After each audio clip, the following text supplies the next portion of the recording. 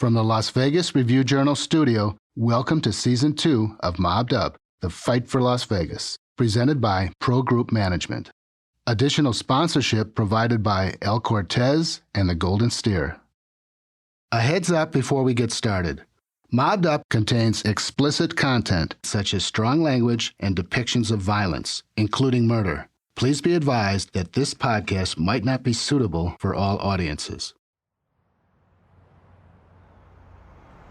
It's 2 p.m. on July 30th, 1975. Legendary labor boss Jimmy Hoffa, his hair slicked back, shows up at the Marcus Red Fox restaurant outside Detroit, right on time as usual, for a crucial meeting with mob bosses he hopes will pave the way for him to regain control of the Teamsters Union. Before it all fell apart, Hoffa and his friends in the mob played a big role in the development of Las Vegas through their control over the Teamsters Central States Pension Fund and the millions of dollars in loans it extended to casinos. Under Hoffa, the pension fund was the mob's bank, and the Teamsters became the most powerful union in the country. The charismatic Hoffa, with all of his swagger, had lost control of the Teamsters after he was sent to prison in 1967 because of pension fund fraud and jury tampering convictions. He won an early release in 1971 with a pardon from President Richard Nixon on the condition that he would be barred from participating in organized labor activities for several more years. In this audio, provided by WDIV-TV in Detroit, Hoffa blamed his hand-picked successor, Frank Fitzsimmons, for that ban. They took Fitzsimmons up to the mountain and showed him the valley, and he bought the valley, and he forgot his friends. And then he double-crossed me. It's very simple. Strong-willed and fearless, Hoffa didn't pay much attention to that part of the deal. He was determined to get back his union and once more reap the benefits of the power of the Teamsters in Las Vegas and across the country. The Red Fox, an upscale hangout for the social elite, sat in front of a strip mall along one of the suburban area's busiest roads. It was known for its fine dining and dimly lit booths. Hoffa was its most famous patron.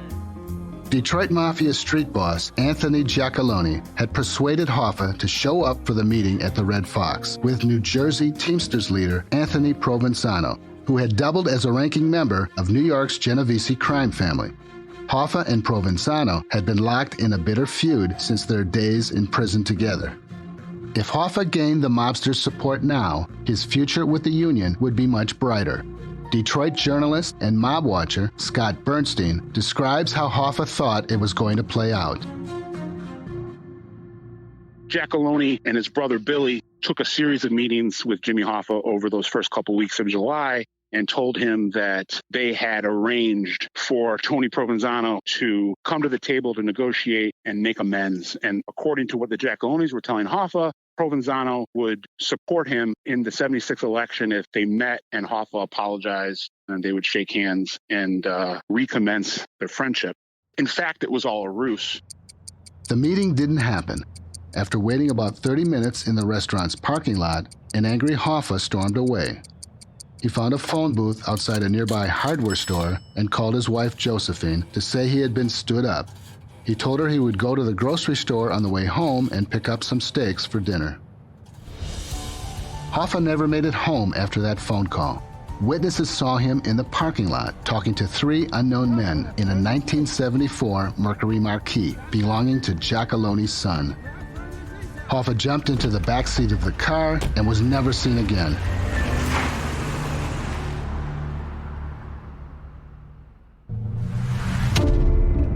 I'm Jeff Gehrman, an investigative reporter with the Las Vegas Review-Journal.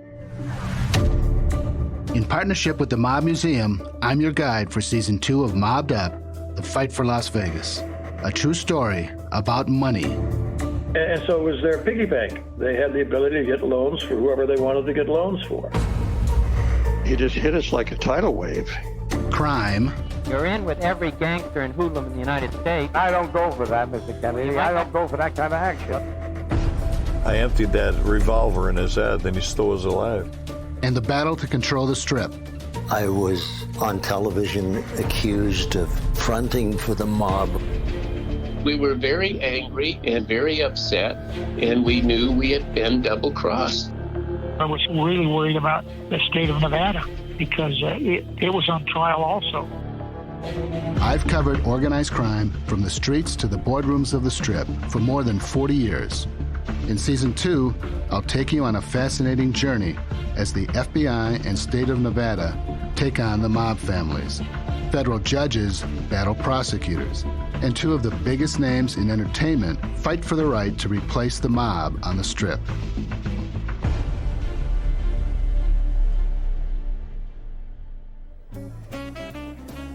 One night, years ago, at a social gathering of politicians and courthouse movers and shakers at the Old Sands Hotel, I was sucker punched by a mob associate, unhappy about how he was portrayed in one of my stories.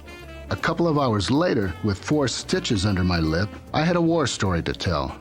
The wise guy didn't like seeing in print that he was collecting campaign money for the sheriff and juice money for the mob at the same time, while on the public payroll as a Justice Court warrant officer. What I learned was that writing something bad about the mob can get you nicked up. What's worse is being in bed with the mob and crossing it, like Jimmy Hoffa. That can cost you your life. Hoffa's disappearance led to a big push against organized crime across the country, including Las Vegas, where Hoffa, the mob's banker, had pumped life into the casino industry. And today, 46 years later, just what happened to the man who helped shape the Strip's skyline remains one of this country's biggest mysteries. Stan Hunterton was a federal prosecutor in the Detroit Organized Crime Strike Force when Hoffa vanished. He vividly recalls getting the news that day. I remember July 30th, 1975, literally like it was yesterday. And I was in London on a brief vacation. Had never been out of the country before, except a little bit into Canada. And I went out for a walk, and I went past a London newsstand, and there was this headline that filled the entire front page. It said, "Labor leader missing." And it never occurred to me that that was about an American, or let alone in particular Jimmy Hoffa.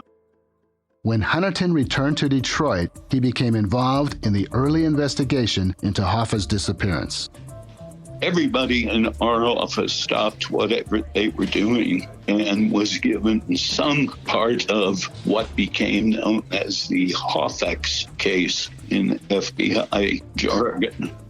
Success did not come easy in the Hoffa investigation. Hunterton left Detroit a couple of years later to become a prosecutor in the Las Vegas Strike Force, where he played a pivotal role in driving the mob from the Strip. Over the years, Hunterton has followed developments in the Hoffa case as various mob associates stepped forward to claim they knew who killed the labor icon.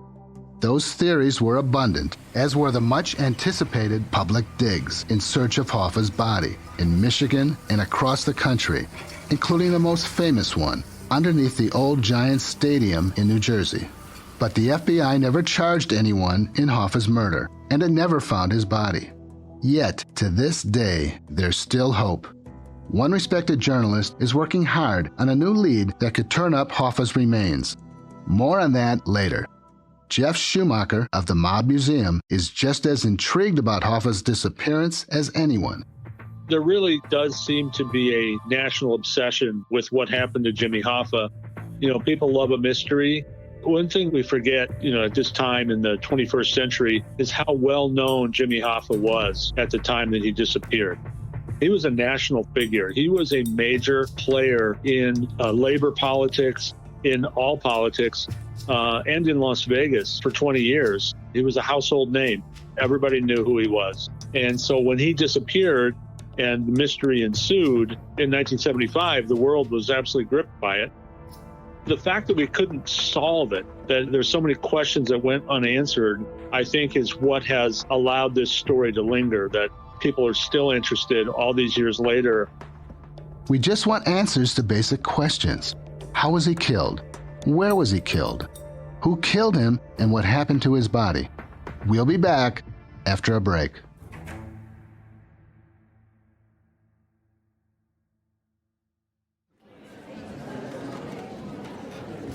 From the day he was elected international president of the Teamsters Union in 1957, Jimmy Hoffa was regarded as one of the nation's most recognizable labor leaders. His high-profile battle with U.S. Attorney General Robert Kennedy, who was determined to crush organized crime across the country, earned him even more notoriety. A key front in that fight was Las Vegas, where the Central States Pension Fund had bankrolled a long line of casinos on the Strip. Among them, the Desert Inn, Caesar's Palace, Dunes, Circus Circus, Stardust, and Aladdin.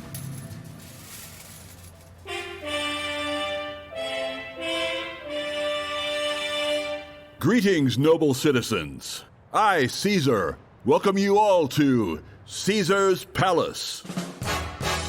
When Caesar's Palace opened its doors in August 1966, wrapped in the grandeur of the Roman Empire, it became the biggest destination on the Strip and Hoffa's crowning achievement in Las Vegas.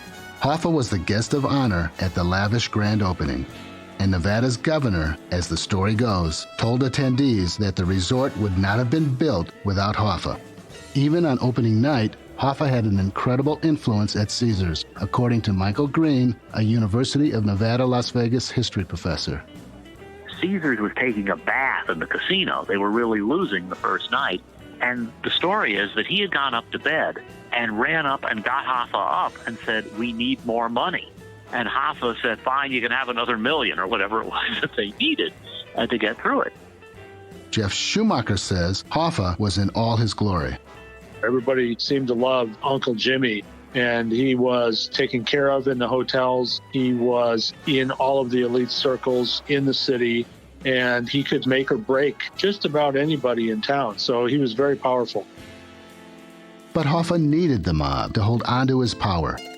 This is author and investigative reporter Dan Moldea, the dean of those who have covered Hoffa's disappearance. Hoffa always thought that, or he always claimed that he would deal with the mafia at arm's distance. In my opinion, they owned him completely. Lock, stock, and barrel owned him. And people under your jurisdiction, you've got people in Detroit, at least 15 who have police records. And he ran into a buzzsaw, Robert Kennedy, then the chief counsel for what became known as the U.S. Senate Rackets Committee, chaired by Senator John McClellan of Arkansas. The committee was formed to investigate corruption within the labor movement, and the Teamsters Union was at the top of its hit list. The Rackets Committee had exposed the corrupt practices of Hoffa's predecessor, Dave Beck, forcing him to resign. Next up was Hoffa. He also was accused of misusing Teamster money for his own personal benefit and power grabs within the union. And he sparred with Kennedy at public hearings, often feigning a loss of memory about his hard-nosed union activities. The two men hated each other. Over one 3-day stretch of questioning, Hoffa claimed his memory had failed him 111 times. At one point, according to a series published by the Mob Museum, a frustrated Kennedy told Hoffa, quote, "It's beyond comprehension that you can't remember this. You've had the worst case of amnesia the last 2 days I've ever heard of." And I don't go for that, Mr. Kennedy. I don't go for that kind of action. Well, then you could have arranged that, not going for that kind of action, by disassociating yourself many years ago from Joe Costello. Why? You could have done it from John Vitale. Every place you go, we've checked your telephone numbers. You're calling every gangster in the United States. Mr. Kennedy, what has happened maybe in the past life of people today may be different. You got Lieutenant Shoulder's son working for the Teamsters Union. They may be nice people today, and don't give them a chance to prove they're nice. By the time the committee completed its work, Hoffa had become an international celebrity. But Kennedy wasn't finished. After his brother John Kennedy became president in 1961, Bobby was appointed Attorney General and continued the onslaught against Hoffa and the mob. He created a special labor rackets unit that insiders dubbed the Get Hoffa Squad. Detroit crime reporter Scott Bernstein says Kennedy had only one goal: Bobby Kennedy's sole focus in life throughout much of the early 1960s was to dismantle organized crime in America, and he targeted Hoffa as one of the ways to do that. And removing Hoffa from power in the Teamsters Union was taking away a great weapon in the arsenal of organized crime. And eventually he did. Kennedy's anti-mob campaign ended in 1964 when he stepped down as Attorney General, several months after his brother was assassinated in Dallas. The story floating around is that Hoffa was at a Miami restaurant when he heard the news that President Kennedy had been murdered. He stood up on a chair and cheered. Then he phoned his lawyer and said, quote, "Have you heard the good news? They killed the son of a bitch. This means Bobby is out as Attorney General." Hoffa's disdain for Bobby Kennedy led to the theory that Hoffa and his mafia sponsors had conspired to kill President Kennedy. Before Bobby left office, Hoffa was convicted of jury tampering in a kickback case in Tennessee. And months later, he was convicted again, this time of defrauding the Teamsters Pension Fund in Chicago. Through it all, Hoffa remained a beloved union leader among the rank-and-file Teamsters, Bernstein says. He was the face of the working man in America from the 1950s until his death in 1975. He could shut down the entire country with a single phone call, just stop all trucks from moving goods and merchandise. In this audio, provided by WDIV-TV in Detroit, Hoffa described the lengths he would go to protect his union. That every strike we have with employers who really want to fight, they revert to hiring hoodlums. And unless we know who our enemy is, unless we're in a position to do something about it, you'll lose your strike. But it all came crashing down when Hoffa went to prison in 1967. So Hoffa turned things over to his vice president, Frank Fitzsimmons, who was a brooding, large-sized, not very bright Detroit Teamster who had been Hoffa's lackey and kind of stooge. And Hoffa believed that he could put Fitzsimmons into place as the president on a temporary basis and then take the union back when he got out of prison. But the mob had different plans. Fitzsimmons got really comfortable really quickly and had no desire to give back the Teamsters presidency. The mob that was in control of Fitzsimmons also began to realize that life without Jimmy Hoffa as president of the Teamsters wasn't that bad. Fitzsimmons was someone that was very malleable and easy to bend to the will of his mob superiors, was someone that required less maintenance and frankly less kickback money to keep him happy. So when Hoffa came out of prison in 1971, he was intent on taking back what he thought was rightly his, meaning the Teamsters Union presidency, and he wasn't welcome back.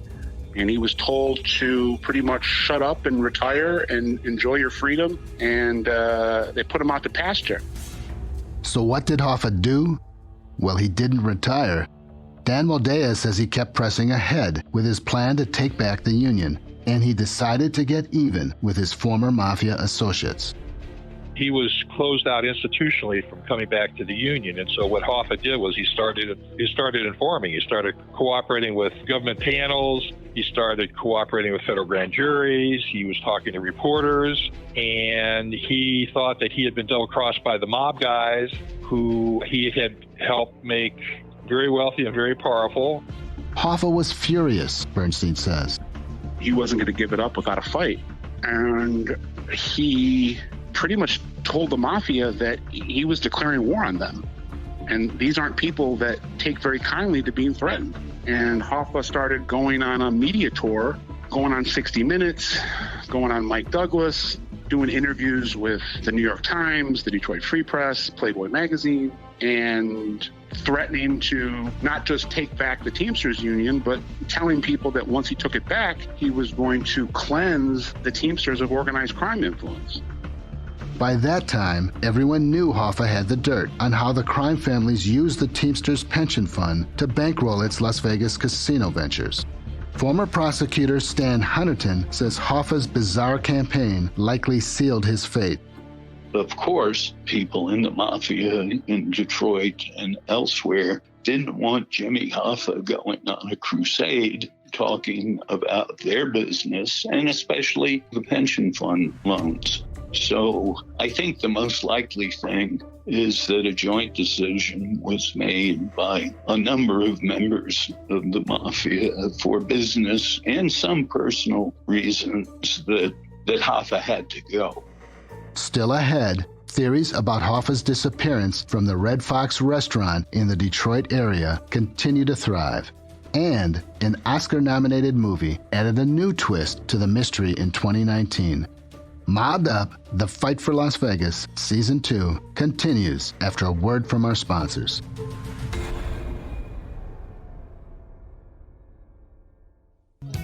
Your time is important to you, so it is important to us, too.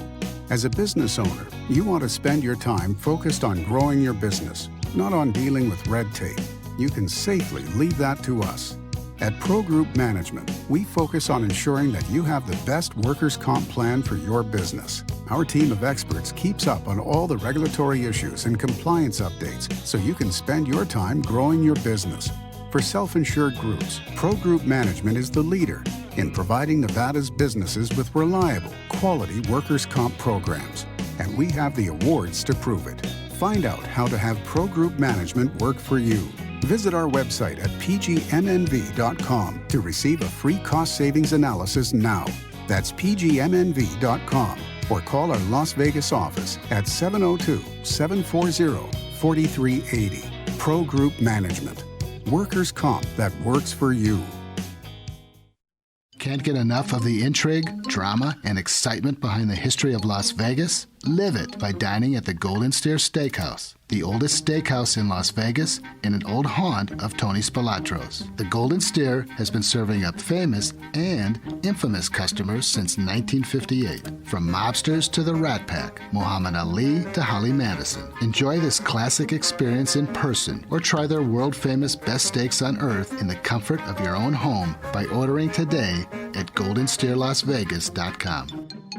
Hey you know the mob history of El Cortez in downtown Las Vegas? No? Some mob fan you are. El Cortez is where mob legends like Bugsy Siegel, Meyer Lansky, and Mo Sedway got their start in 1945. Today, El Cortez is the only hotel casino on the National Register of Historic Places, and that vintage Vegas feeling is still alive and well. They've got new classically modern rooms, 33% looser slots in the Strip, and great dining and cocktails. Everything Vegas was built on. So come play where the legends played at El Cortez.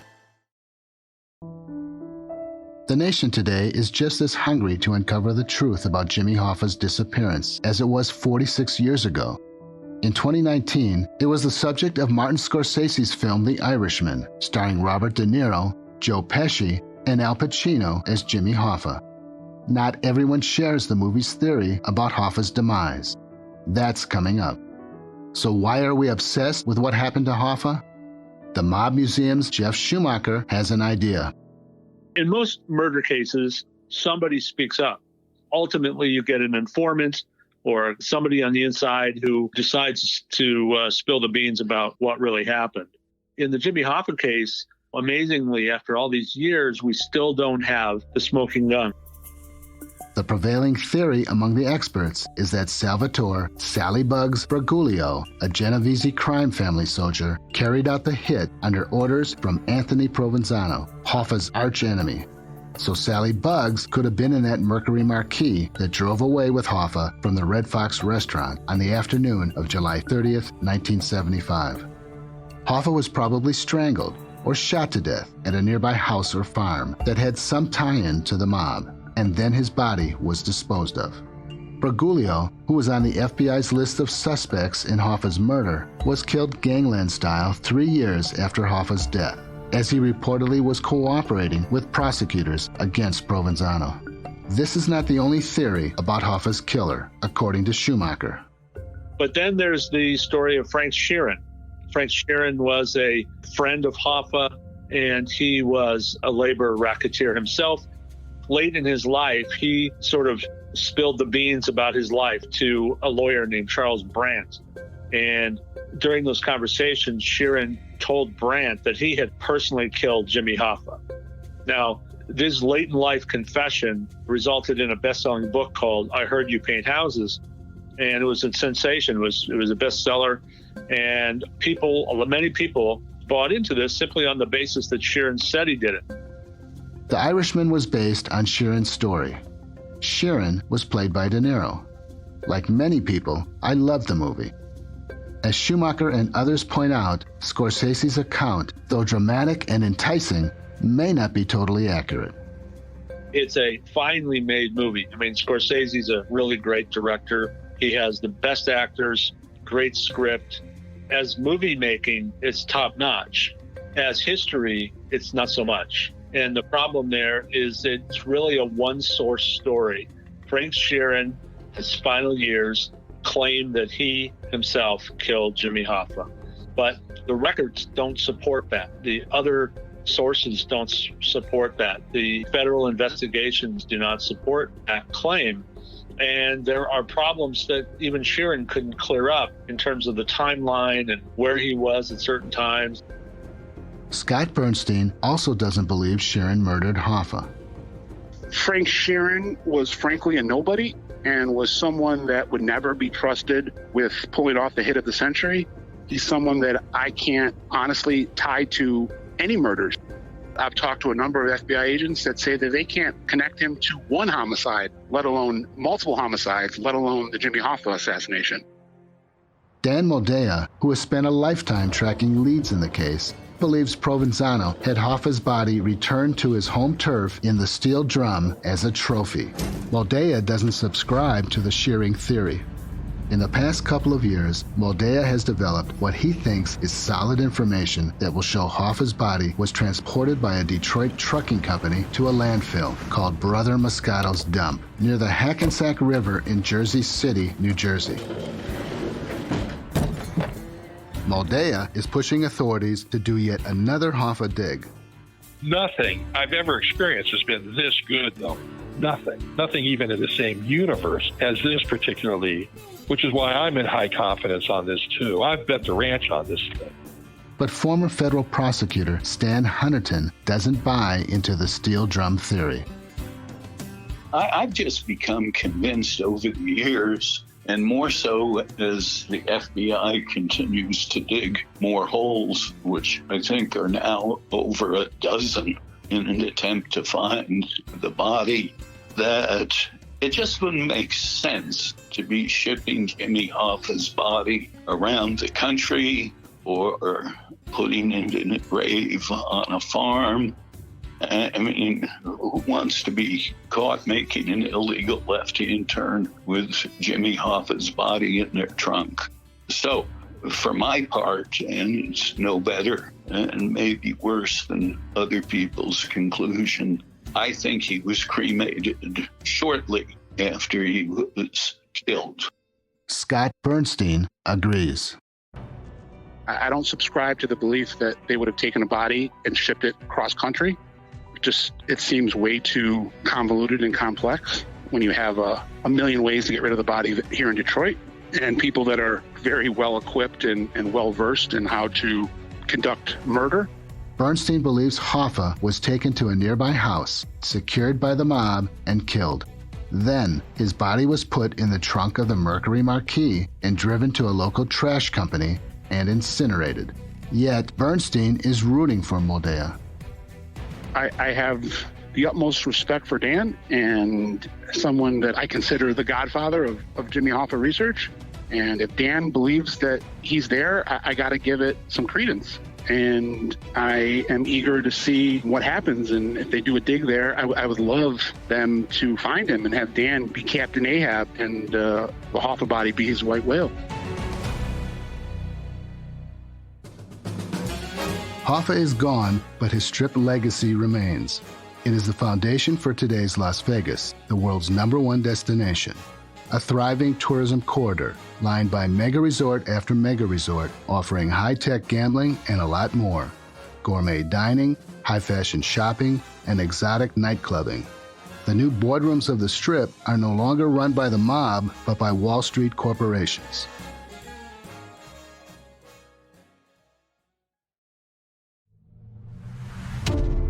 Coming up in Season 2 of Mobbed Up, The Fight for Las Vegas, the Aladdin Hotel comes back into the picture. State gaming regulators bar the mob-connected Aladdin owners from the resort and make the historic decision to close the hotel's casino. But federal judge Harry Claiborne has his own plan for the embattled property.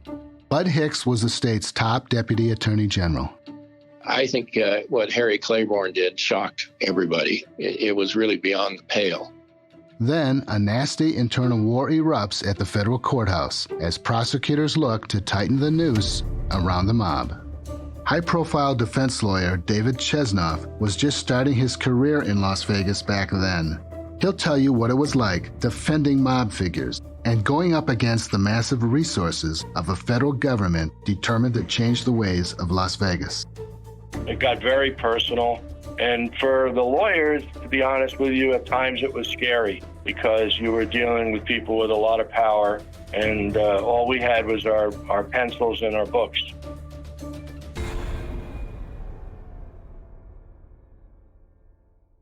This has been part 2 of Mobbed Up, a production for the Las Vegas Review-Journal in partnership with the Mob Museum. This is Season 2. If you are enjoying it, please subscribe to the series on Apple Podcasts, Spotify, or wherever you are listening right now. Help us out by telling your friends and by leaving us a rating and review on Apple Podcasts. This series is reported by me, Jeff Gehrman. Field and studio recording by Larry Meir, and audio engineering by Greg Conway. We'd like to thank WDIV-TV in Detroit for excerpts of Jimmy Hoffa interviews used in their documentary, Jimmy Hoffa, A Closer Look at the Labor Leader's Life, Work, and Disappearance. You can find the documentary on YouTube. If you have questions or feedback, send me an email, jgerman@reviewjournal.com. We would like to thank our Mobbed Up Season 2 presenting sponsor, Pro Group Management. Additional sponsorship provided by The Golden Steer and El Cortez.